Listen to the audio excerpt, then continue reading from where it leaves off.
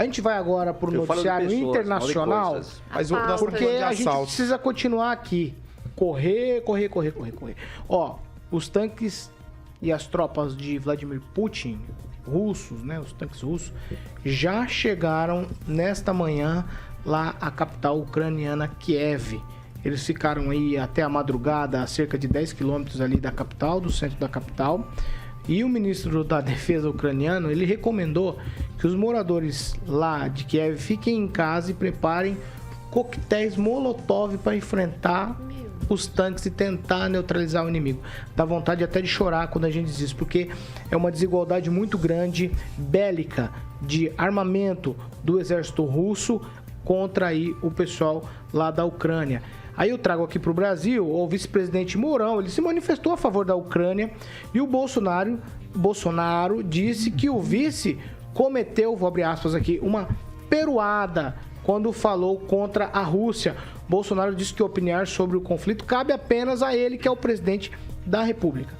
Sobre os brasileiros que ainda estão presos lá na Ucrânia, o Itamaraty dizia que estava tudo tranquilo enquanto o mundo se mobilizou para retirar estrangeiros. Agora, brasileiros estão por conta, estão sozinhos lá. A embaixada brasileira diz que não tem um plano para retirada e que brasileiros que tiverem a oportunidade devem sair por conta própria, tentando sair pela Polônia, o que eu acho meio difícil nesse momento. Aí, pelo Twitter, o presidente Bolsonaro disse que os cerca de 500 brasileiros que estão na Ucrânia devem manter contato diário com a embaixada brasileira. Tudo muito difícil, tudo muito complicado lá na Ucrânia nesse momento.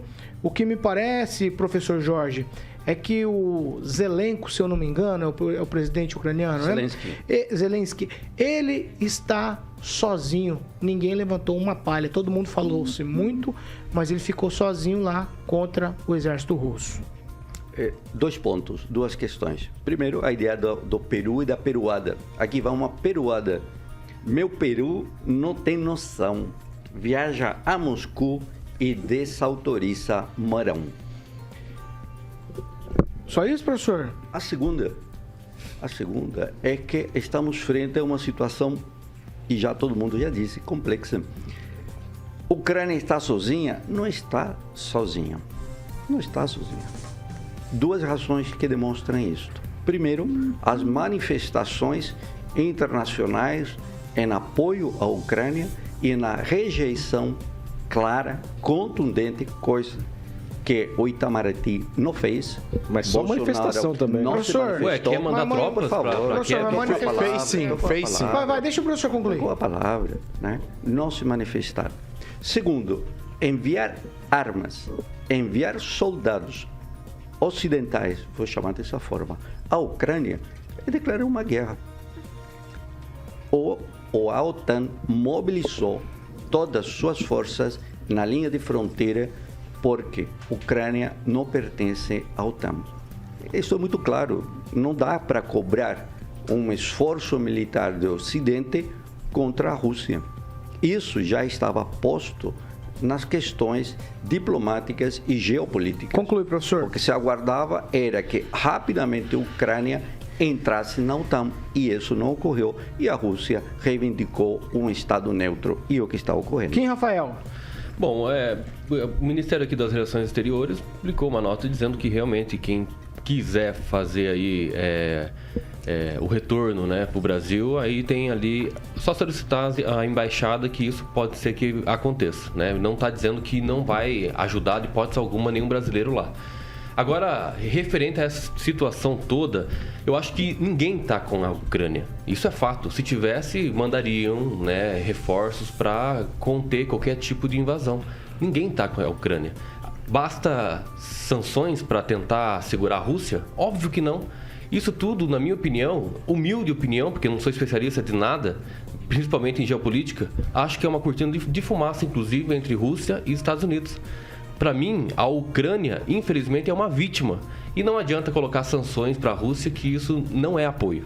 Apoio mesmo é colocar, né, proteção, né? Enviar tanques, aviões, bombas. Proteção. Está provocando uma guerra mundial, né? Exatamente, proteção. Sanções uma guerra mundial, exatamente. O Iraque não resolveu nada, sanção. Sanções econômicas? Nossa. A Cuba também não, né? Aguinaldo Cuba Vieira. continua sendo um país socialista. Aguinaldo Vieira.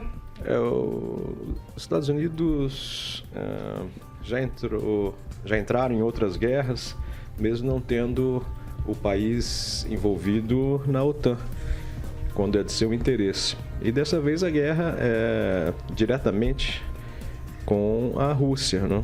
Me parece que os Estados Unidos deu uma afrouxada com esse estilo que o presidente atual dos Estados Unidos tem. E qual que é o interesse da Rússia também na Ucrânia? Não é só o fato da Ucrânia pensar em fazer parte da OTAN, mas como uma grande parte da sua fronteira, né, o acesso fácil do Ocidente para adentrar a Rússia. E depois outros interesses também, né, minérios, enfim, muito grande.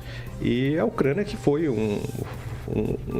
talvez o maior parceiro da Rússia para se concretizar a ideia da União Soviética. E hoje são inimigos, mesmo sendo vizinhos. Mas eu acho que faltou coragem, faltou empenho, porque isso pode se tornar mais um genocídio contra a população da Ucrânia. Então, acho que os países ocidentais tinham que se mexer mais rapidamente. Os Estados Unidos mandou tropas para os países vizinhos à Rússia que fazem parte da OTAN. Não teria nenhum problema em colocar seus aliados também ali para evitar esse genocídio que está prestes a acontecer. Fernando Tupan, um minutinho para você também. O Bolsonaro, por que ele não se manifesta e não quis que o Mourão também se manifestasse? Ficou bravo com o Mourão. O Mourão ganhou manchetes em todo o Brasil. O Mourão fez certo, o Bolsonaro fez errado. Até o termo que ele usou aí não tem nada a ver. Mas, Paulo Caetano, o que me preocupa mesmo é se essa guerra acontecer. A gente tem eleição no dia 2 de outubro, o cenário econômico vai mudar bastante e hoje o presidente Lula lidera as pesquisas. Por exemplo, se nós tivermos essa guerra, para que o Lula ganhe essa eleição, pode acontecer com o Brasil. Pode ter certeza que Lula não vai estar do lado dos Estados Unidos, vai estar do lado da Rússia, que é um partido de esquerda. Se tivermos uma guerra, você não duvida entre entre Estados Unidos e Rússia, que a Rússia precisar, vá saber o que passa na cabeça do Lula. É capaz de ele mandar tropas para defender Moscou. Isso é preocupante, Paulo Caetano. Eu tenho medo, é bom que a coisa se acalme, não venha nenhuma guerra, porque todos os cenários precisam ser analisados, principalmente a temeridade de ter Lula como presidente. Vamos lá. Ô Luiz Neto, eu quero ouvir então você. O presidente, afinal, se manifestou ou não? O Mourão podia ou não se manifestar? Ó, contadinho no relógio, rapidamente, se manifestou, mas eu não ia falar sobre isso, Paulo. Se manifestou e falou que a posição do país é de paz, né? Que ninguém quer uma guerra, não é interessante pra ninguém. A questão do Mourão ter se manifestado, dizendo que o Brasil vai defender a soberania da Ucrânia, repercutiu muito, mas o Mourão não é chefe de Estado. Mourão não é o presidente do país e ele não fala pelo país. Esse é um fato. Agora eu queria falar em relação à dificuldade de tirar brasileiros da Ucrânia. Lá o espaço aéreo está em conflito, o espaço terrestre está em conflito e a questão marítima também está em conflito. Então, é um conjunto de problemas que não dá para pousar um avião para tirar pessoas de lá. Agora, o que eu queria dizer... Faz 30 dias que estavam sabendo a guerra aconteceu que esse conflito está deflagrado, não é?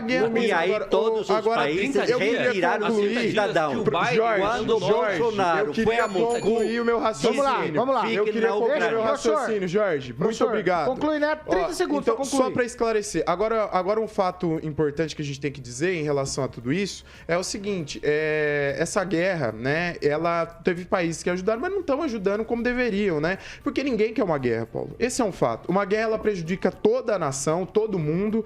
E a gente sabe que os desafios de uma guerra mundial envolve inúmeras dificuldades. Então, nenhum país quer uma guerra. Agora, é difícil essa situação resolver de forma pacífica. O Putin disse o seguinte, que se a Ucrânia se render, né, e tirar o presidente, colocar um governo transitório pró-Rússia, acaba a guerra. Pamela Bussolini, para encerrar o assunto. Eu vou me reportar aqui ao perfil da Jovem Pan Maringá sobre o pronunciamento do presidente. Ele disse o seguinte: a guerra não interessa para ninguém, nossa posição é pela paz. Então, para qualquer pessoa bom entendedor, ele está, né, reprovando essa guerra, mas sem tomar um lado específico, e ele está sendo muito esperto e muito inteligente. É isso que a gente espera dele, porque a Ucrânia, judiação, eu tô assim, compadecida da Ucrânia, infelizmente foi na onda, né? Acreditou que a OTAN estaria ao lado dela, né, depois dessa movimentação, desse convite para ela adentrar, e hoje está lá tomando míssil na cara sozinha, porque o Biden acho que vai esperar 30 dias, né? Não, mas ajudou. Ver... Mandou armamento, mandou Sim, mas não vai pôr dinheiro. Um soldado lá, gente. Questões marítimas, a França mandou 200 soldados. Deixa eu concluir. É a população, né, civil com coquetel molotov tentando se defender, infelizmente.